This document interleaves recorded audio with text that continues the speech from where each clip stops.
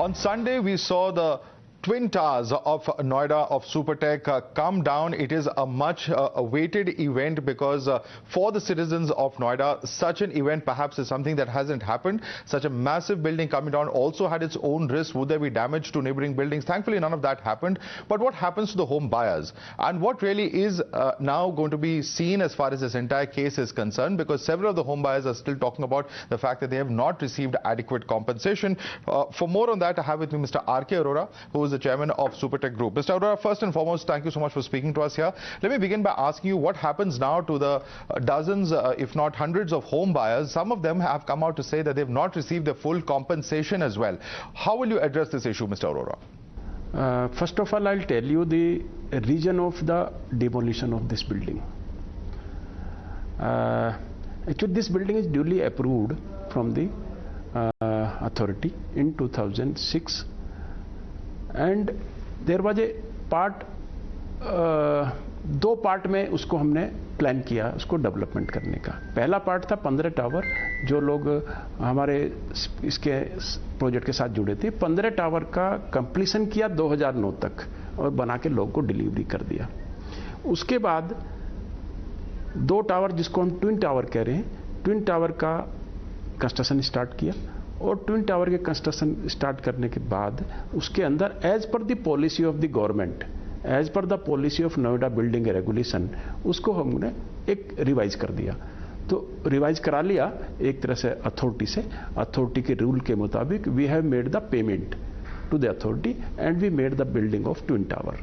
But the few of the resident of 15 tower phase 1 have put some objections on it. You have not taken the consent before doing this building. So there was no such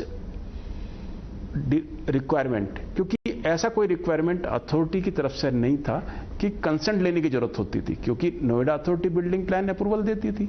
तो उस time पे कोई इस तरह का approval नहीं था।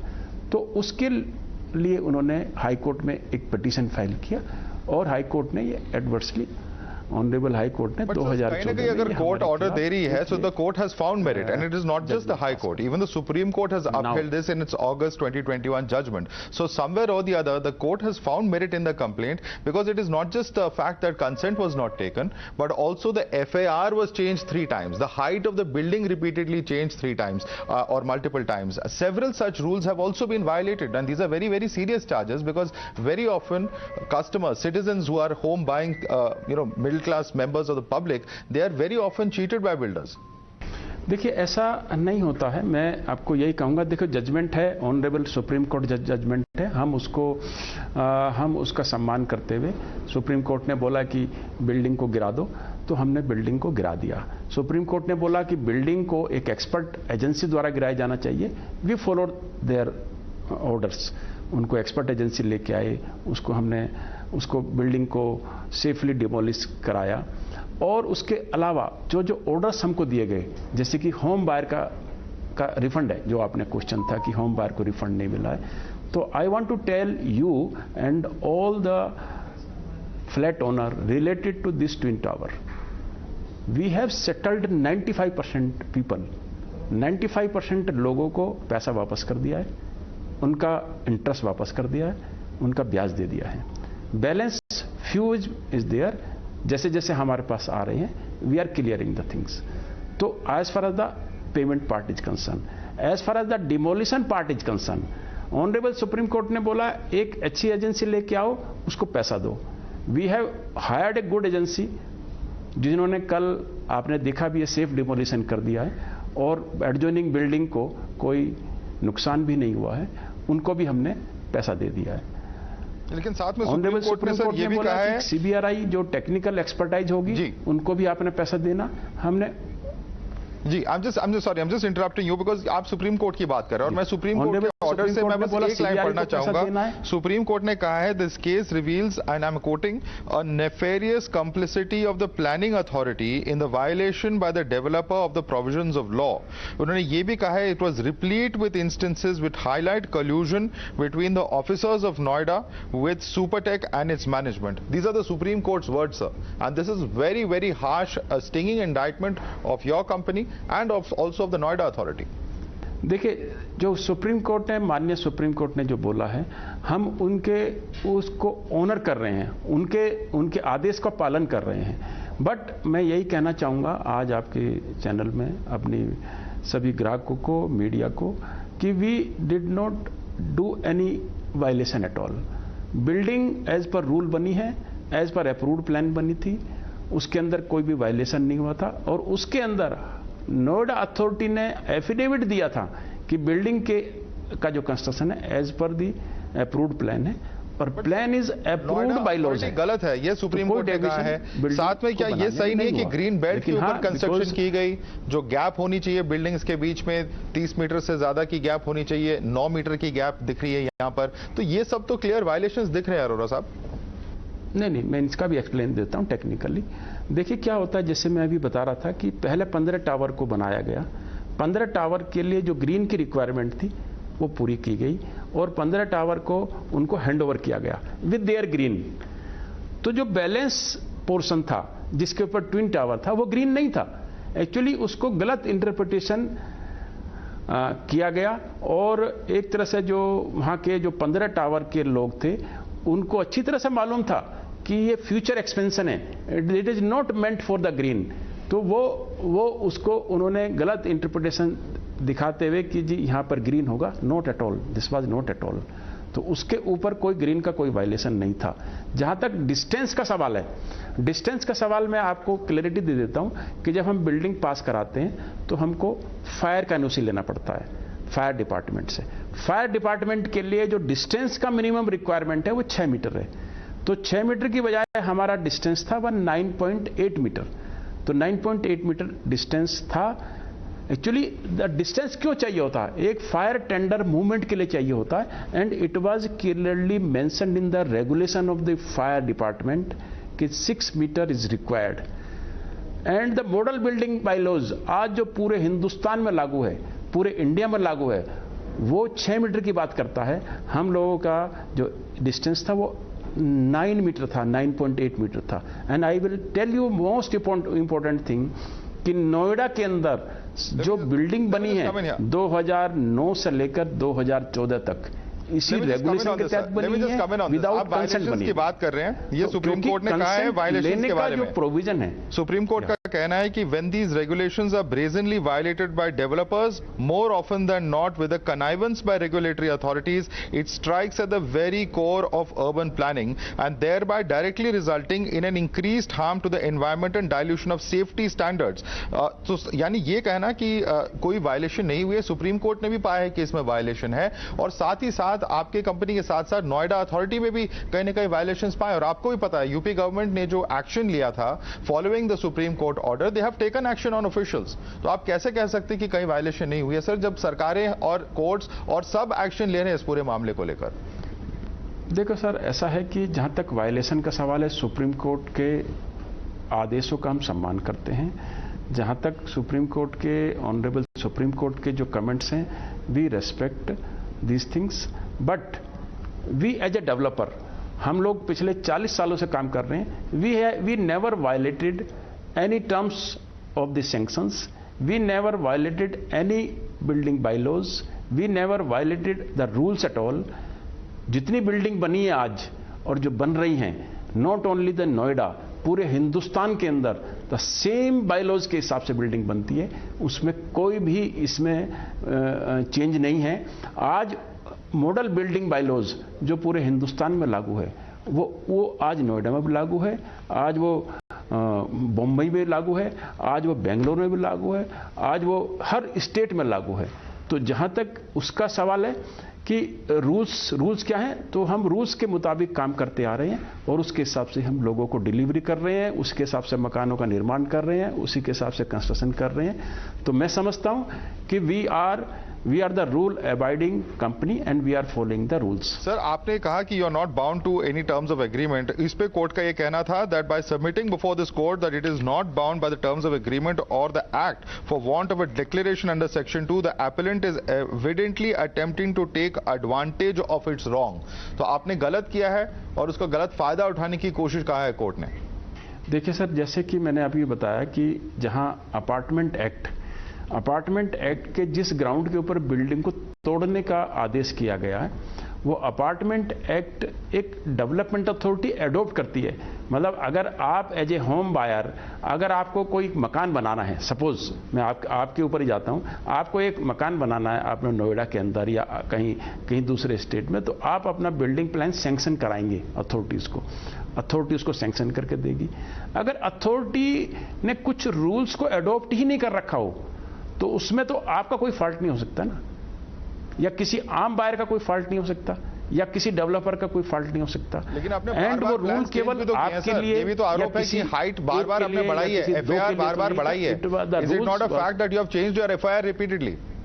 उसका भी मैं आपको जस्टिफिकेशन देता हूं। बिल्डिंग रूल के मुताबिक अगर हम प्रोजेक्ट की डेवलपमेंट फेज में करना चाहते हैं तो वी आर परमिसिबल। सपोज हमने एक इनिशियली 15 टावर का अप्रूवल लिया और 15 टावर बना के हमने लोगों को हैंड ओवर कर दिए। अब नाउ ट्विन टावर जिसकी आप हाइट बढ़ाने की बात कर रहे हैं, initially it was approved for 11 story, later on this was increase 24 and later on lastly 40 story. उसके अंदर क्या होता है सर कि हम लोग जब बिल्डिंग प्लान को पास कराते हैं तो हमें रिक्वायर्ड फीस, जो एफआईआर की फीस होती है, purchasable FIR as per the policy of the government, वो पे करनी होती है। अगर हम उसको फेस में ले रहे हैं तो जितना हम लेंगे उतना बनाएंगे। मैं सपोज करो 10 मंजिल का एफआईआर लेता हूं सरकार से, आफ्टर मेकिंग देयर पेमेंट, तो मैं 10 मंजिल बना सकता हूं। अगर मैं 40 मंजिल का लेता हूं तो 40 मंजिल बना सकता हूं।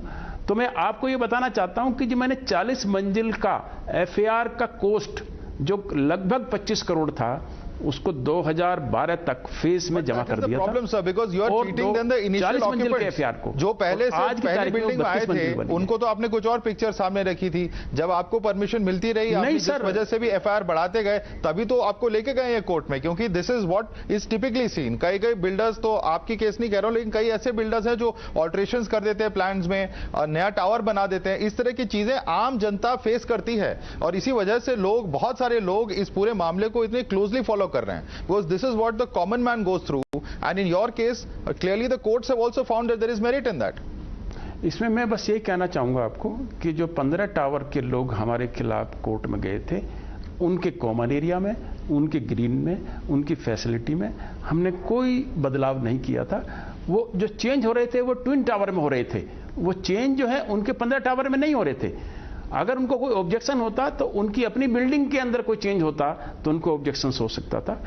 इट वाज, मतलब मैं तो यही कहूंगा, it was unfortunate for us कि हम अपने चीज़ों को सही तरह से एक्सप्लेन नहीं कर पाए, किसी तरह से सही तरह से फैक्ट नहीं रख पाए, या नोएडा अथॉरिटी जिसने प्लान अप्रूव किया था उसने अपनी सही तरह से कोर्ट के सामने नहीं रखी। That's why we got this order and as per the honourable supreme Court we are following the order. Right. And also, Mr. Arora, before I sign off, about 500 crores is the loss that you have stated in the media that your company has faced owing to this project. Now, that is, of course, a huge amount of labor, time, effort, and even those who are perhaps would have got delivery of their flats have not been able to do so because of a number of reasons. But the fact is that, is this demolition now going to impact the delivery of your other flats and other projects? Because there too, the home buyers certainly would be very concerned now. Okay. I'll explain the things. You see, हम लोग पिछले 40 सालों से इस business के अंदर काम कर रहे हैं और लगभग 70,000 मकान पिछले 40 सालों में डिलीवरी किए हैं, और वो 70,000 मकान लोगों के ट्रस्ट है, लोगों का विश्वास है, इसी वजह से हम लोग डिलीवर कर पाए हैं। तो मैं आज बाकी सब बैलेंस जो हमारे घर हैं, लगभग 20,000 घर हैं, तो मैं अपने सभी होम बायर को एक मैसेज देना चाहता हूं कि सभी प्रोजेक्ट के ऊपर काम चालू है। कोई भी प्रोजेक्ट इस डिमोलिशन की वजह से कोई इंपैक्ट नहीं हो रहा है। All project is going on and we will complete. जो शेड्यूल टाइम है हमारा, उस शेड्यूल टाइम में हम पूरा करेंगे। जो हमने लगभग 2 साल का टाइम दे रखा है, जो अभी हमारे ऑनगोइंग प्रोजेक्ट्स हैं, लगभग 70 to 80% कंप्लीट हो चुके हैं और we will complete this project in time. जहां तक लॉस का सवाल है, लॉस इज देयर, बट इस लॉस की वजह से हमारे दूसरे प्रोजेक्ट के ऊपर कोई इंपैक्ट नहीं होगा। कोई जो है डिलीवरी के ऊपर कोई इसके ऊपर कोई इंपैक्ट नहीं आएगा और सारे प्रोजेक्ट टाइमली पूरे करे जाएंगे। लास्ट क्वेश्चन मिस्टर अरोड़ा, इस पूरे एपिसोड के बाद क्या कुछ सीख मिलती है, ना सिर्फ आपकी कंपनी को लेकिन सारे प्रॉपर्टी डेवलपर्स नोएडा के? देखिए सर, इसमें मैं यही कहना चाहूँगा कि हम लोग रूल अबाइडिंग कंपनी है और एक इंडस्ट्री जो रियल एस्टेट इंडस्ट्री है, एक बहुत बड़ी एक ऐसी इंडस्ट्री है जो हमारी जीडीपी के अंदर लगभग 7 से 8% का एक कंट्रीब्यूशन इसके अंदर देती है और लगभग 250 इंडस्ट्री, 250 इंडस्ट्री इस इंडस्ट्री के एक तरह से साथ में जुड़ के काम करती हैं। लाइक सीमेंट हो गया, कंक्रीट हो गया, मतलब नेल्स हो गई, कंक्रीट हो गई, सैंड हो गया, स्टोन, बहुत सारी इंडस्ट्री हैं इसके साथ साथ जुड़ के काम करती है।